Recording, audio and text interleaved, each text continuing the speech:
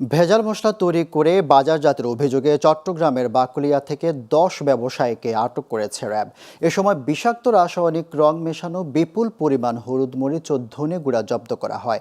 RAB ৭-এর senior সহকারী পরিচালক মোহাম্মদ নুরুল আফসার জানান, চাকদাই এলাকার জসিমের ক্রাসিং মিলে ভেজাল মশলা তৈরি ও বিক্রির জন্য হলুদ মরিচ সহ বিভিন্ন পণ্য মজুত করা হয়।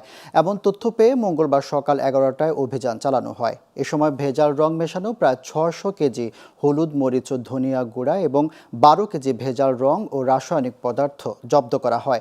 এ সময় ১০ ব্যবসায়ীকে আটক করা হয়েছে। এসব ভেজাল মশলা তারা চট্টগ্রামের বাজার ছাড়াও আশপাশের বিভিন্ন জেলায় পাইকারদের কাছে বিক্রি করছিল।